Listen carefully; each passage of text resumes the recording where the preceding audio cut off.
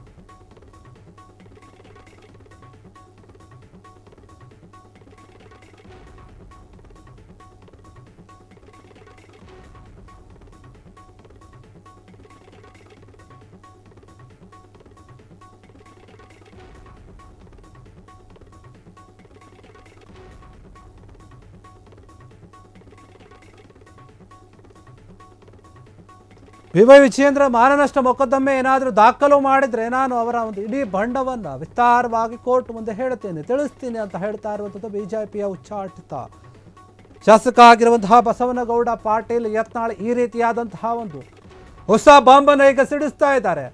ವಿಜಯೇಂದ್ರ ನನ್ನ ಮೇಲೆ ಮಾನನಷ್ಟ ಮೊಕದ್ದಮೆಯನ್ನು ಹಾಕಿದರೆ ಬಹಳ ಚಲೋ ಅಂತ ಹೇಳ್ತಾ ಇದ್ದಾರೆ. ಹಾಕಿದರೆ ಹಾಕಲಿ, ಆಗ ನಾನು ಏನು ಮಾಡಬೇಕು ಅದನ್ನು ಮಾಡ್ತೀನಿ. ಅದನ್ನು ಮಾಡಿಬಿಟ್ರೆ ಇಡೀ ಒಂದು ಬಣ್ಣವನ್ನು ಅತ್ಯಂತ ವಿಸ್ತಾರವಾಗಿ ಕೋರ್ಟ್ ಮುಂದೆ ಹೇಳುತ್ತೀನಿ, ಅವರ ಬಣ್ಣವನ್ನು ಬಿಚ್ಚಿಡುತ್ತೀನಿ ಅಂತ ಹೇಳ್ತಾ ಇದ್ದಾರೆ. ವಿಜಯೇಂದ್ರ ಅವರಿಗೆ ಮಾತಿನಲ್ಲಿನೇ ಎಚ್ಚರಿಕೆಯನ್ನು ಕೊಟ್ಟಿದ್ದಾರೆ ಯತ್ನಾಳ್. ಈ ರೀತಿಯಾಗಿ ಹೇಳುವ ಮೂಲಕ ನನ್ನ ಮೇಲೆ ನೀವು ಮಾನನಷ್ಟ ಮೊಕದ್ದಮೆ ಹಾಕ್ತೀರಾ, ಆದರೆ ಹಾಕಿ, ನಾನು ಕೂಡ ಅದಕ್ಕೆ ಕಾಯ್ತಾ ಇದ್ದೀನಿ. ಅದು ಹಾಕಿದ ಮೇಲೆ ನಿಮ್ಮ ಎಲ್ಲ ಒಂದು ಬಣ್ಣವನ್ನು ಬಯಲು ಮಾಡ್ತೀನಿ, ಕೋರ್ಟ್ನ ಮುಂದೆ ಎಲ್ಲ ವಿಚಾರಗಳನ್ನು ಕೂಡ ಇಡ್ತೀನಿ ಅಂತ ಯತ್ನಾಳ್ ಹೇಳ್ತಾ ಇದ್ದಾರೆ.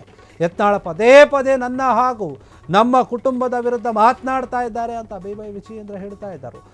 ನಾನು ಮಾನನಷ್ಟ ಮೊಕದ್ದಮೆಯನ್ನು ದಾಖಲು ಮಾಡ್ತೀನಿ ಎಂದಿದ್ರು ಬಿವೈ ವಿಜಯೇಂದ್ರ ಈ ಒಂದು ವಿಚಾರವಾಗಿ. ಹೀಗಾಗಿ ಹೇಳ್ತಾ ಇದ್ದಾರೆ, ವಿಜಯೇಂದ್ರ ಡಿ ಕೆ ಶಿವಕುಮಾರ್ ಜೊತೆಗೆ ಸೇರಿಕೊಂಡು ಸರ್ಕಾರವನ್ನು ರಚನೆ ಮಾಡೋಕೆ ಮುಂದಾಗಿದ್ರು. ಆದರೆ ಇವತ್ತು ಅದು ಮುಗಿದು ಹೋಗಿರುವಂತಹ ಒಂದು ಕತೆ. ಮೇಲಿನವರು ಒಪ್ಪಂದದ ಒಂದು ಕಾರಣ ಈ ಪ್ರಶ್ನೆ ಉದ್ಭವಿಸೋದಿಲ್ಲ. ಕಾಂಗ್ರೆಸ್ ಯಾವುದೇ ಒಂದು ಗುಂಪು ಬಂದರೂ ಸರ್ಕಾರ ರಚನೆ ಮಾಡೋದಿಲ್ಲ ಹೇಳ್ತಾ ಇದ್ದಾರೆ. ಕೇಂದ್ರ ಸಚಿವ ಪ್ರಹ್ಲಾದ್ ಜೋಶಿ ಅವರು ಹೇಳಿಕೆ ಕೊಟ್ಟಿದ್ದಾರಂತೆ ಈ ಒಂದು ವಿಚಾರವಾಗಿ. ಬಸವನಗೌಡ ಪಾಟೀಲ್ ಯತ್ನಾಳ್ ಹೇಳ್ತಾ ಇದ್ದಾರೆ, ವಿಜಯೇಂದ್ರ ಅವರು ಮಾನನಷ್ಟ ಮೊಕದ್ದಮೆಯನ್ನು ಹಾಕಿದರೆ ನಾನು ಅದಕ್ಕೆ ತಕ್ಕ ರೀತಿಯಾದಂತಹ ಉತ್ತರವನ್ನು ಕೊಡ್ತೀನಿ, ಅದೆಲ್ಲಿ ಕೋರ್ಟ್ನಲ್ಲಿ ಅವರ ಎಲ್ಲ ಒಂದು ಬಣ್ಣವನ್ನು ಕೂಡ ಬಯಲು ಮಾಡ್ತೀನಿ ಅಂತ ಹೇಳ್ತಾ ಇದ್ರು. ಹಾಕ್ತೀರಾ ಹಾಕಿ ಅಂತ. ಯಾಕಂದರೆ ಬಿವೈ ವಿಜಯೇಂದ್ರ ಹೇಳ್ತಾ ಇದ್ರು, ಯತ್ನಾಳ್ ಪದೇ ಪದೇ ನನ್ನ ವಿರುದ್ಧ, ನನ್ನ ಕುಟುಂಬದ ವಿರುದ್ಧ ಮಾತನಾಡ್ತಾ ಇದ್ದಾರೆ, ಬೇರೆ ಬೇರೆ ರೀತಿಯಾದಂತಹ ಹೇಳಿಕೆಗಳನ್ನು ಕೊಡ್ತಾ ಇದ್ದಾರೆ. ಹೀಗಾಗಿ ನಾನು ಅವರ ವಿರುದ್ಧ ಮಾನನಷ್ಟ ಮೊಕದ್ದಮೆ ಒಂದು ಕೇಸನ್ನು ದಾಖಲೆ ಮಾಡ್ತೀನಿ ಅಂತ ಹೇಳಿದರು ಈ ಹಿಂದೆ. ಇದಕ್ಕೆ ಪ್ರತಿಕ್ರಿಯೆ ನೀಡಿದಂತಹ ಯತ್ನಾಳೇ ಹೇಳ್ತಾ ಇದ್ದಾರೆ ಏನಂತಂದರೆ, ನೋಡಿ, ನೀವು ಕೇಸ್ ಹಾಕ್ತೀರಾ, ಮಾನನಷ್ಟ ಮೊಕದ್ದಮೆ ಹಾಕ್ತೀರಾ, ಹಾಕಿ, ನನಗೇನು ತೊಂದರೆ ಇಲ್ಲ. ಆದರೆ ಹಾಕಿದ ನಂತರ ನಾನೇನು ಮಾಡ್ತೀನಿ ಅಂದರೆ ನಿಮ್ಮ ಎಲ್ಲ ಒಂದು ಬಣ್ಣವನ್ನು ಬಯಲು ಮಾಡ್ತೀನಿ. ಈ ಹಿಂದೆ ನೀವೇನೇನು ಮಾಡಿದ್ರಿ, ಯಾವ ರೀತಿಯಾಗಿ ಮಾಡಿದ್ರಿ, ಏನೇನು ಪ್ಲಾನ್ಗಳನ್ನು ಮಾಡಿದ್ರಿ, ಯಾರನ್ನ ಜೊತೆ ಸೇರ್ಕೊಳ್ಳೋಕೆ ಒಂದು ಯೋಚನೆಗಳನ್ನು ಮಾಡಿದ್ರಿ, ಇವೆಲ್ಲ ವಿಚಾರವನ್ನು ಕೋರ್ಟ್ ಮುಂದೆ ವಿಸ್ತಾರವಾಗಿ ಬಿಚ್ಚಿಡ್ತೀನಿ ಎಲ್ಲವನ್ನು ಕೂಡ ಅಂತ ಹೇಳ್ತಾ ಇದ್ದಾರೆ ಬಸವನಗೌಡ ಪಾಟೀಲ್ ಯತ್ನಾಳ್. ವಿಜಯೇಂದ್ರಗೆ ಈ ರೀತಿಯಾಗಿ ಎಚ್ಚರಿಕೆಯನ್ನು ಕೊಡ್ತಾ ಇದ್ದಾರೆ. ನನ್ನ ಬಗ್ಗೆ ಮಾತನಾಡೋಕ್ಕೂ ಮುಂಚೆ ಸ್ವಲ್ಪ ಯೋಚನೆ ಮಾಡಿ, ನೀವು ಕೇಸ್ ಹಾಕ್ತೀನಿ ಅಂದರೆ ಹಾಕಿ, ಅದಕ್ಕೆ ನಾನು ಹೆದರ್ಕೊಳ್ಳೋ ಮಗನೇ ಅಲ್ಲ ಅನ್ನೋಂಥ ರೀತಿಯಲ್ಲಿ ಯತ್ನಾಳ್ ಹೇಳಿರುವಂಥದ್ದು. ಹಾಕಿದರೆ ಚಲೋ ಇರುತ್ತೆ, ಹಾಕಿಬಿಡಿ ಅಂತ ಹೇಳ್ತಾ ಇದ್ದಾರೆ. ಏನಾದರೂ ಇದನ್ನು ಮಾಡಿಬಿಟ್ರೆ ನಮ್ಮ ಇಡೀ ಒಂದು ಬಣ್ಣವನ್ನು ತುಂಬ ವಿಸ್ತಾರವಾಗಿ ಕೋರ್ಟ್ಗೆ ತಿಳಿಸ್ತೀನಿ, ಏನೇನು ಮಾಡಿದ್ರಿ ಏನೇನಿಲ್ಲ ಅಂತ ವಿಜಯೇಂದ್ರ ಅವರಿಗೆ ಮಾತಿನಲ್ಲಿನೇ ಎಚ್ಚರಿಕೆಯನ್ನು ಕೊಟ್ಟುಬಿಟ್ಟಿದ್ದಾರೆ.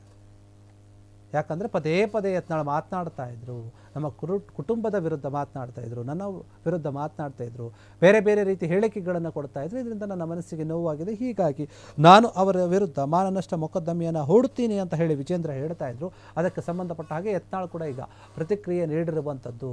ಹಾಕಂಗಿದ್ರೆ ಹಾಕಿ, ಯಾಕಂದರೆ ಈ ಹಿಂದೆಯವರು ಶಿವಕುಮಾರ್ ಜೊತೆನೇ ಸೇರಿಕೊಂಡು ಸರ್ಕಾರವನ್ನು ರಚನೆ ಮಾಡೋಕ್ಕೆ ಮುಂದಾಗಿಬಿಟ್ಟಿದ್ರು. ಅಂತಹ ಒಂದು ಕೆಲಸವನ್ನು ಮಾಡೋಕೆ ಹೋಗಿದ್ರು. ಆದರೆ ಅದು ಈಗೇನಿದೆ ಅದೆಲ್ಲವೂ ಕೂಡ ಹಳೆಯ ವಿಚಾರ.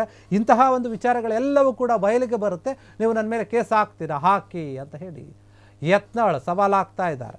ಕ್ಷಣ ಕ್ಷಣದ ಸುದ್ದಿಗಳಿಗಾಗಿ ಫ್ರೀಡಂ ಟಿವಿ ಸಬ್ಸ್ಕ್ರೈಬ್ ಮಾಡಿ, ಲೈಕ್ ಮಾಡಿ ಹಾಗೂ ಫಾಲೋ ಮಾಡಿ. ಹೊಸ ಸುದ್ದಿಗಳ ನೋಟಿಫಿಕೇಶನ್ಗಾಗಿ ಬೆಲ್ ಐಕಾನ್ ಮೇಲೆ ಕ್ಲಿಕ್ ಮಾಡಿ.